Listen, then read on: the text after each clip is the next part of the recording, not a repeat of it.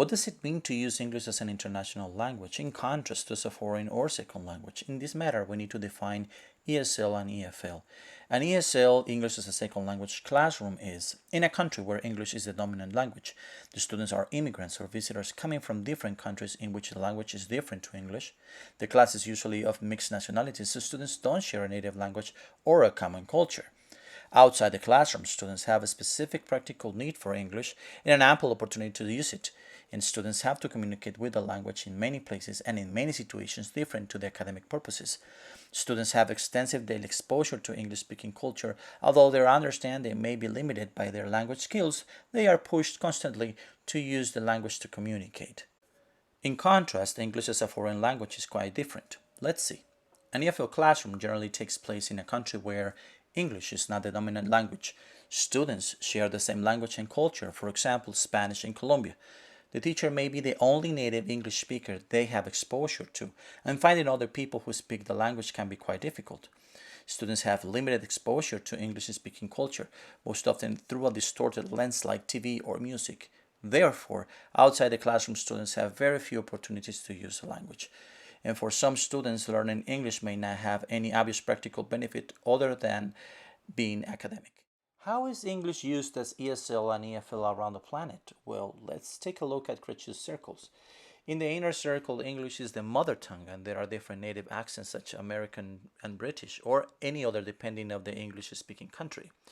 Their native accent comes from free, and there is little or no interest to learn other languages because everybody else is trying to learn their language. In the outer circle, we find countries like South Africa, India, and Singapore who have been colonial countries. They have inherited English and still use it as a second language, mostly in media, administration, legislation, education, etc.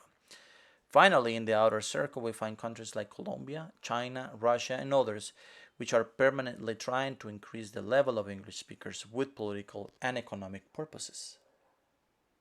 So now let's see the contrast to English as an international language. What are the facts?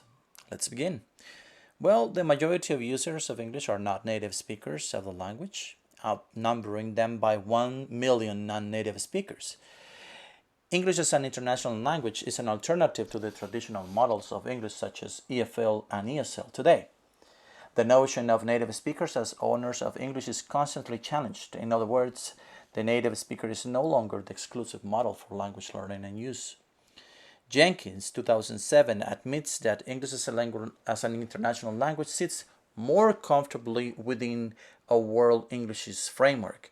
She called it pluricentrality or pluricentricity of the English, which she referred to the varieties of English outside the inner circle countries. It focuses on a selection of norms from many Englishes instead of a variety of English based only on one or two localized varieties. Therefore, English as an international language is a model that celebrates linguistic diversity, multilingual and multidialectal features, and provides room for the establishment of local linguistic forms. And we have a right to what authors have to say about EIL. Pennycock in 1994 says that EIL is a historically and politically situated occurrence. English is not an international language per se, and no language is.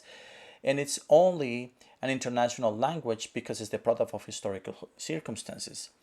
Holiday says something similar. The abandonment of the belief that native speakerism should be regarded as the norm for English teaching and its methodology. Widowson in 1998 asserts that EIL means that no nation can have custody over it. It is not a possession which the inner circle nations lease out to others while still retaining their freehold. Other people can actually own it, and it is what's going on nowadays.